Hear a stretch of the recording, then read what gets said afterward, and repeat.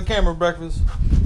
Say hello to the camera. Alright, guys. So, hey, how you cool cats and kittens? Alright, that's probably played out by now. It's the end of the year. That shit was relevant at one point. So, doing some fuel system stuff. So, this is all dash 8, 8, 8. Nice little gauge on there. Doing a U-turn. So, fuel's going to come up to underneath, come up to these 90s here. I don't want to lose that. Fuel's gonna come up through here, come up the back of the rails, come up, go through these U-turns, go forward. Gonna mount the fuel pressure regulator right up here, and then the return's gonna go straight down right over the bell housing, straight down in. So right now we are using this little freaking bench vise, tiny little bench vise. There's a fuel pressure regulator, little air motive unit. They say it's good for some power, but whatever. We'll see how it is. I'm gonna go ahead and put this thing in here. Grab a hammer. I'm gonna whack it a little bit. Not whack it. I'll probably just try to bend it with my hand a little bit, just to get a little bit of an angle to give ourselves a little more room to work with, so we can have that thing mounted up against the firewall. Let me go get to work and I'll get back to you guys in a minute. Alright, now where the hell was I? Sorry, I was looking for some tools. Ray is working today, and obviously he has all his tools with him, so I kind of had to go find an old drill that he had, find the nice little socket, and a little self-tapper, or a tech screw, how some of you guys might call it. So what I'm going to end up doing is mounting the... How the fuck do I do this with one hand?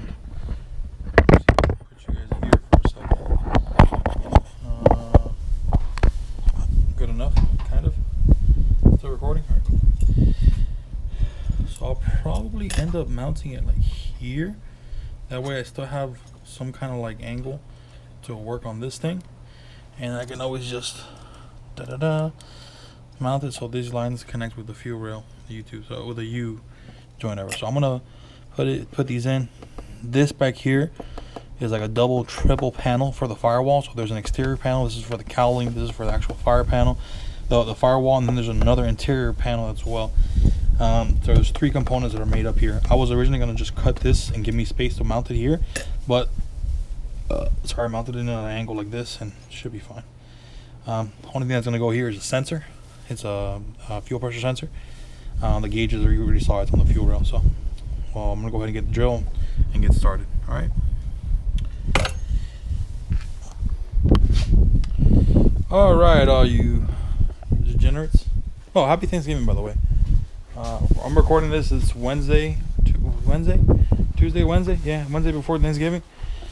So, yeah, happy Thanksgiving. So this is where practicality and writing shit down and then actually doing it in person plays a role. So my turkey ass. 45. This is going to be the return. Just a little bit of glare. This is going to be the return from the fuel pressure regulator into the system. There's 2 Audi 450s in here. This is going to be the fade. It's a dash 10. Going to a nice Weldon 10 micron stainless steel filter. There's already a filter in here, dual filters in here for socks, and then it's just a post filter. This is a dash 10 feed. It reduces down to a dash 8 right here with this adapter. Dash 8. This dash 8 is going to feed. Going to go straight probably underneath the car. Feed into this Y. This Y is going to be placed probably near. I don't know where this fucking dog is at. Whatever. It's going to get picked up by a hawker now. This feed's going to come over to here. Going to feed in from the bottom. Basically, those 2 lines are going to come straight up. I have straights that I might put on here instead of these 45s. I tried doing 45s, so I thought it would give me a better angle. It's a little bit closer together. It is what it is. This is probably better than having a straight coming out. Those 2 are going to split and come up to here, to these bottom feeds in the bottom of the back of the rails. It's going to come forward, hit this U on each side, come back, straight shot into the fuel pressure regulator, and then here's a dash 6 return that'll go straight down back into the fuel tank, and that'll be my fuel system. We're missing the sensor, which is inside. It'll go right there. We have a gauge here to 100 gauge, just bullshit gauge again. So if we're in the front of the motor and we're trying to figure out if there's any diagnostic issues, trying to figure out if there's fuel, if there's not fuel, we can come here and say, hey, we got fuel. We got fuel going right here. So we know that there's fuel coming out, and that's going to be the same fuel going to be going into the regulator. If I'm doing something wrong here, tell me, guys. Really, leave a comment. Maybe you guys have more experience than I do. I know Ray will probably comment and talk about it a little bit once he gets home from work, and we'll go into it a little more. But it's starting to come together. I gotta physically make the lines now, so gotta make this line, gotta make this line, gotta make those two lines that go back into this kajigger right here, which I might make them short. I might make these shorter than I want and mount it close to the transmission. That way it's serviceable and I know where it's at. There's not going to be any exhaust pipe going back. The only exhaust going to be is going to be crossover. It's going to be down there. So there's not going to be any real exhaust towards the back of the car, so I don't have to worry too much about heat. What else? I have dash 6 to go all the way back. I have plenty of that. The dash 8 might be a little short, but I think we have some more in there. It might not be the stainless braid or the braided line that I have, but it'll work. It's all starting to come together. We still got to loop the power steering, clean all this shit up, because you have a cooler. We're going to mount the cooler somewhere, because this thing had originally a cooler on the factory radiator, and we got rid of it when we got rid of the factory radiator. I went ahead and picked up some ARP header bolts. This is really just like fancy gaudy bullshit, but it's see, you can see this wall. It's a dash 10, or sorry, it's a 10 millimeter head, so it makes it a little bit easier. These are real nice bolts, and that way all the bolts for the headers are all uniform. If I had the time and I had the money, I would try to go through and just dress up a lot of these little bolts. But it is what it is, guys. You see the car. It's not gonna be a show car. It's meant to go fast. If hopefully it goes fast. I don't really care. I kind of want to just, for shits and giggles, when Richie gets here, I want to try to hang the front end of the car. I want to put the bumper on. I want to hang the radiator support. I want to put everything on just to get an idea. And to be honest, I just miss the car. I miss looking at the car. Kind of get a little sentimental, but if you guys know, when you're building a car and you like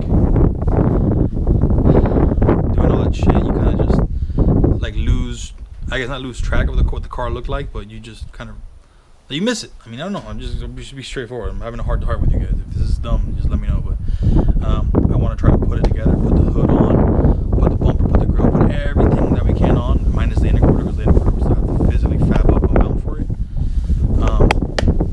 And get an idea of it. Fucking Instagram, some shit.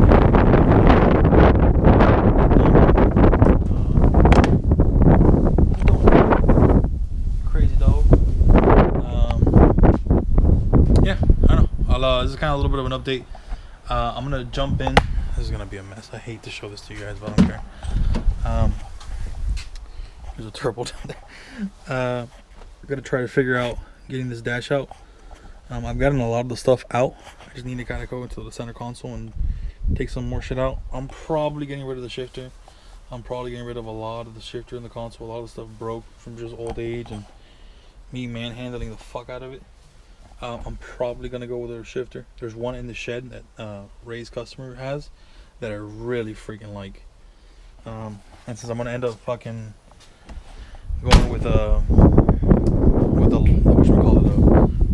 manual valve body later, this just makes sense to do this. So I could basically get this shifter and use it for all the shit that I would need to use it for, and then when the manual valve body comes in, I can just hook it up. So it's a B&M. It's a riding shifter. Let me see if I can freaking.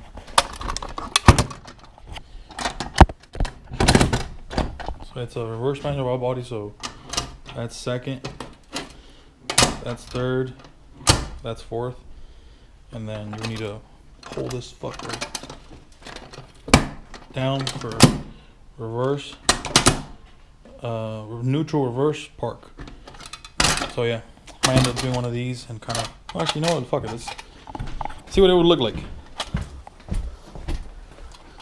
I might get the Hearst one that has the button right here. It feels so nice, feels like I'm holding a 44, you know?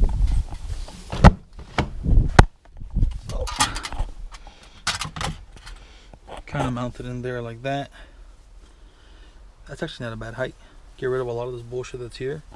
Get rid of a lot of this fucking mechanism that we're not gonna be fucking using because I'm not running an emergency brake anymore. I might do a hydro later in the future, but let's see. That's a good placement right there, actually. All my switches will probably go there.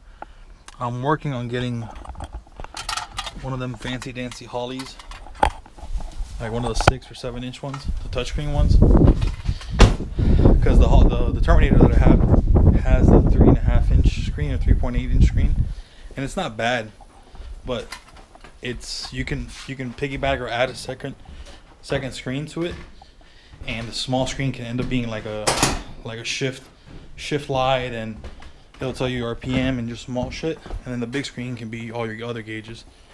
So I'm gonna put my head down and get to work. I'm not gonna do a time lapse.